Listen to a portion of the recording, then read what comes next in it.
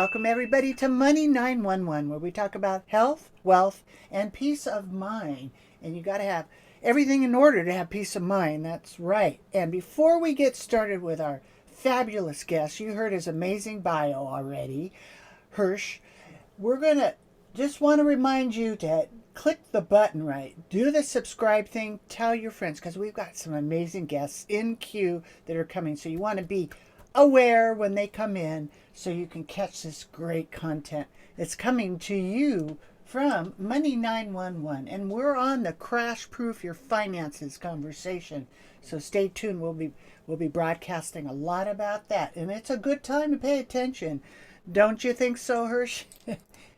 Yeah, All right, absolutely. I mean, Mr. Hirsch. business wise, business wise, like your financials are the life and blood of your business. If you don't understand your numbers, if you're making decisions off of gut or off of guessing instead of what the books are telling you, that's a recipe for disaster. And I think I learned that as a young entrepreneur, and it's only helped me since. So I'm excited to chat about it. I'm excited too. I think it's pretty inspiring at 31 years old. You know how you scaled your business and was got $30 million in sales. I mean, you've had amazing success. And what would you say that you know everybody heard your amazing bio, but what would you say you base that success on?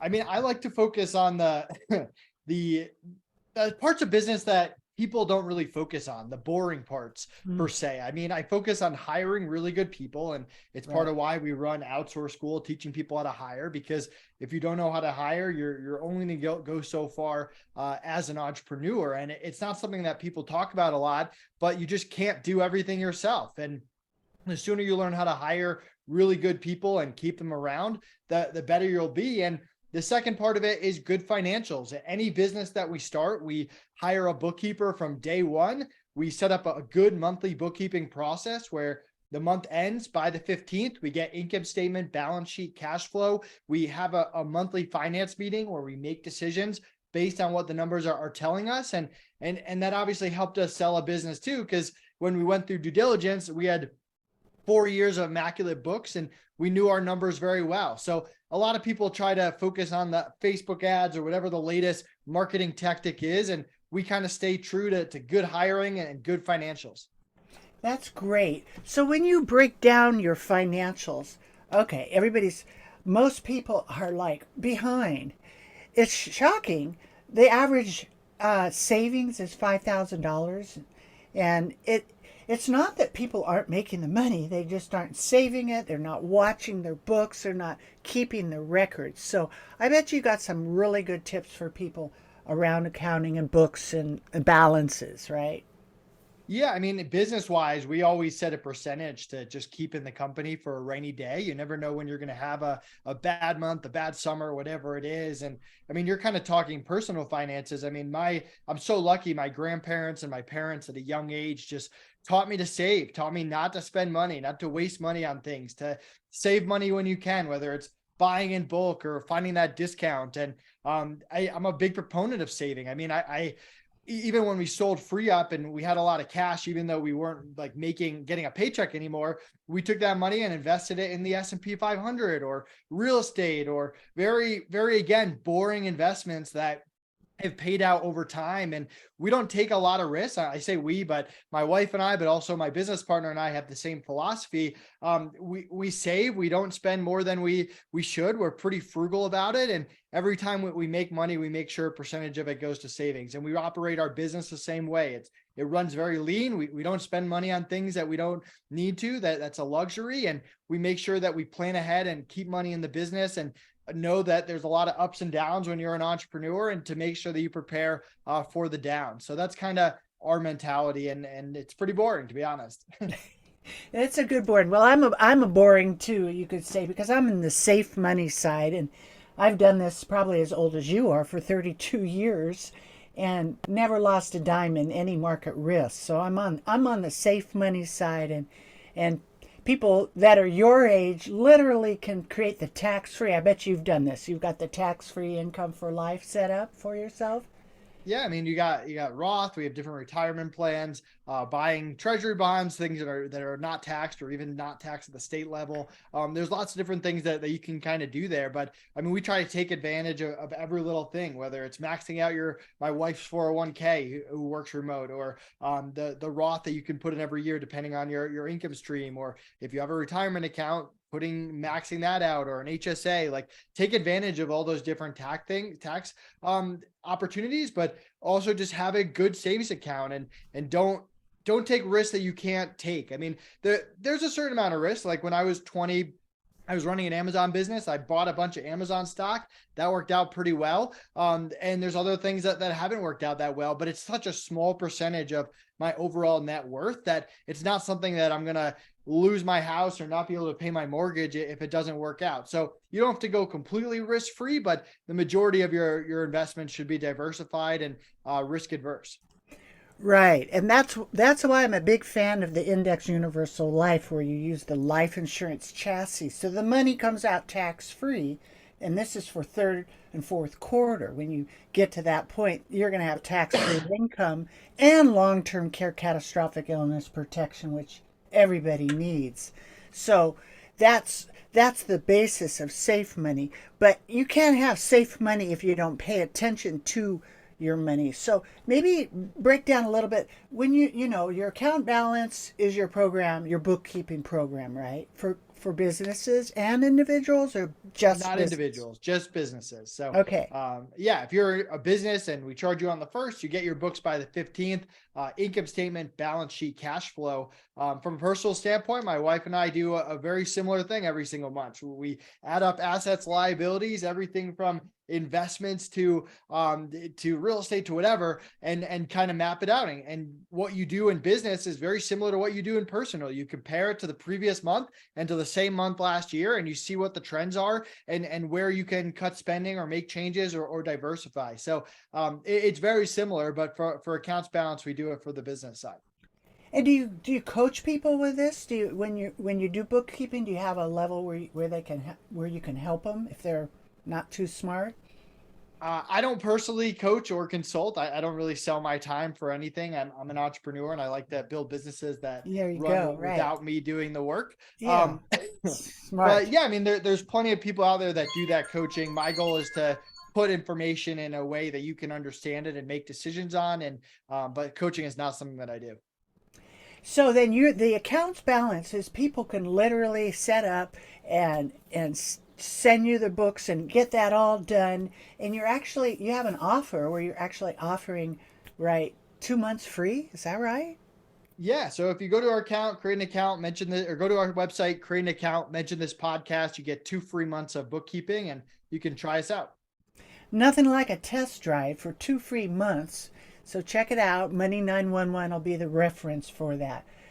And we had before we started, Nathan, we were just talking, and you got a few things going on, and I kind of focused more for this podcast, which was your best hiring secrets, which was the proposed idea we wanted to talk about, because all of us are struggling.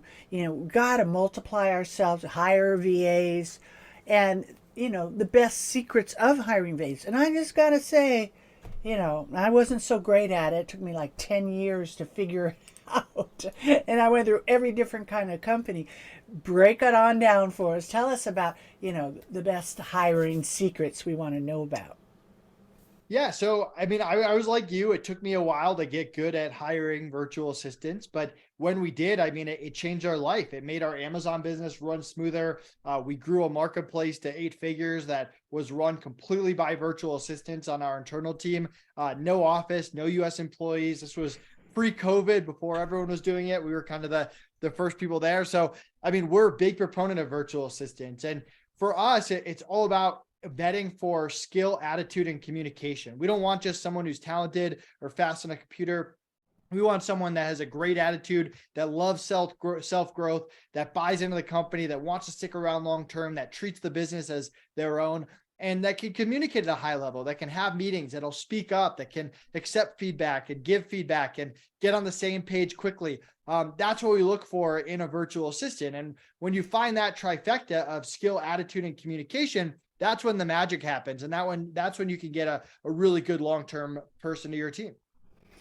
So if you don't know what you don't know, like when I've started to interview, after doing everything myself, like for 25 years, and decide, oh, I better need some help here because everything's going virtual, not even knowing how to interview a VA, how to really find the skills that they have. So how would you share with someone to be able to dial the right VA in? Yeah, I mean, it's all about process. Like we have a process that we teach at Outsource School that we repeat over and over. We ask the same interview questions. We onboard them the same way. We train them. We manage them. We run meetings the same way.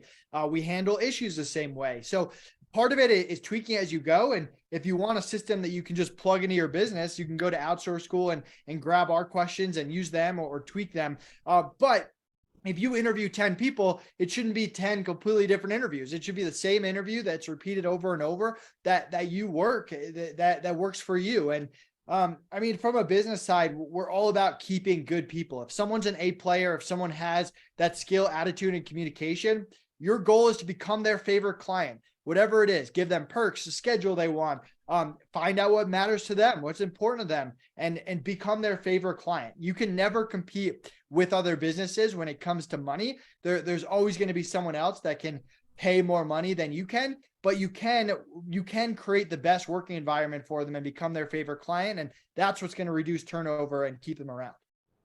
And do you guide people like where to go? Because do you have an agency, or do you have an agency you point to? Because there's a lot out there, and it's hard to know that they're being watched over, or the different systems that they have.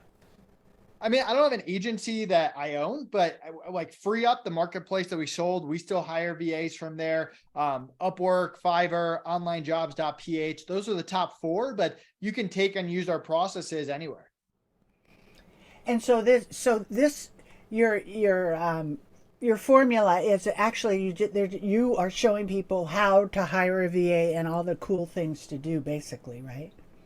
Yeah, we don't provide VAs. That was my old company that we sold. This is just our hiring process, and you get all of our SOPs that we use for all of our companies.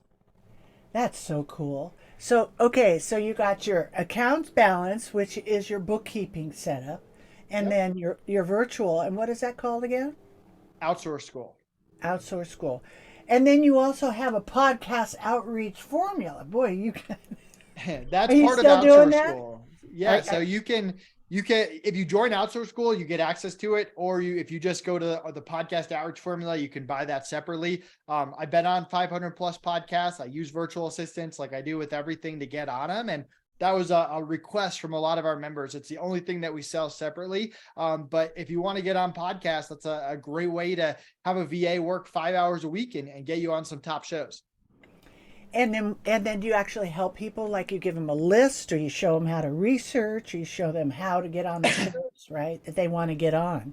Yeah, I mean, I give people the list that I've been on, but keep in mind people are in different industries, so it may or may not be Right. relevant. But I give them every pitch that I use, how I do research, how you teach your VAs to do it, and your VAs can take it from there and use our system. You have what's called a calendar manager playbook. What's that about? Yeah, so we have a lot of SOPs in Outsource School, and that's one of them. I mean, we have an SOP on how to have a VA manage your inbox, have a VA manage your calendar, how to have a VA write articles for you. Like all these different SOPs are just part of Outsource School. The podcast outreach formula is the only one we sell separate, but all the other ones are just inside Outsource School. That's really cool. So it's like you really set up a plug and play setup, right, for bookkeeping, VA, right? It's just almost like plug and play kind of thing. Yeah, absolutely. It's a plug and play. If you use our system, you can hire a great VA and give them your SOPs. You've been on a lot of podcasts and a lot of people, and I've been on hundreds myself. Yeah. But what other people's too, is that I've heard, and a lot of people say it's different for whatever business people are in. They're great. You meet a lot of people, but most people don't know how to make money from them. What experience or tips do you have for all these guys that are listening right now? Yeah, I mean, you got to have a business behind the podcast, whether you have your own podcast or you're going on as a guest. You're not just going to make money by going on podcasts. You have to have a business behind it. And podcasts are a great way to network and drive traffic and get a backlink and everything that kind of goes with that. But you got to have a business behind that if you're going to make money podcasting, in my opinion. But there might be smarter people that disagree with me. Well, when you're on those podcasts, and do you find that the best thing is like just to send them to a landing page with a free gift? Is that lead magnet thing still the trend, or is that, because I've been told that the trend now is changed and the funnels aren't like they used to be? What do you think about all that? Yeah, I mean, we have lead magnets. For us, it's more about brand awareness and just driving people to our website. And once people are on our website, we've got lots of free stuff for them if they want it. So that's pretty much what it is. It's just the brand awareness. It's not so much driving them into a program or anything, right? Right, exactly. Very cool. So what are you excited about right now? What's Well, my wife is pregnant and due in August, so I'm excited about that. That's cool. For a personal side. And I mean, I love growing businesses. So accounts balance and outsource school. It's a lot of fun to work with our team and my business partner and everything there. So yeah, life's pretty good. It's about to be summer here in Denver, and yeah, it's exciting. About to be summer, all right. And is it a boy or a girl? It is a boy. We're excited. All right. Is that your first or? First, although we're foster parents, so we have That's the best for teenagers and stuff, but our first bio kid. Man, there's plenty of kids that need dads and moms. So God bless you for that, because I think that's so important for people to help the ones that are here. So yay, yay for the foster kids too. Yep, so is there any creative or final note that you want to share with everybody today? No, I mean, I appreciate you having me on. Feel free to connect with me, Nathan Hirsch, on any social media channel. I love networking with other entrepreneurs, and I appreciate you having me on. Absolutely. And everybody get a hold of the 2 months free for the account balances so that you can have your books done by business expert, and make sure that there are, when I spoke to the U.S. Government Financial Officers Association in Washington, D.C., this was a few years ago, the IRS code book was 17,000 something pages. And now I think it's 54 or something. I mean, it's a crazy amount of laws. And you need people that, you have to have everything set up right so you can see, right? Right. Any little tax advantage things that you want to share before we clip out here? No, I mean, I'm not a CPA. We only do bookkeeping, not tax. So it wouldn't be right of me to give tax advice. Consult a CPA. If anyone wants a referral of a great CPA, they're welcome to reach out to me. I don't get referral money or anything, but yeah, happy to point people to the experts there. There you go. Well, you get your books set up right, then you don't have to worry about, when you get audited, it's going to be all good, right? So that's the deal. Exactly. Nathan, it's been a pleasure having you here, and congratulations on all your successes, and I wish you many, many more, and blessings on your newborn too. Thank you so much. Have a great rest of the day. All right, you too. There's so much to learn about healthy money. I hope today's discussion brings you one step closer to securing and protecting your future. So you can get started on the right foot, go to meetwithkrismeller.com and schedule your free financial fitness strategy session. Thank you for listening, and please subscribe to Money 911 so you don't miss our next episode, which includes health, wealth, and peace of mind.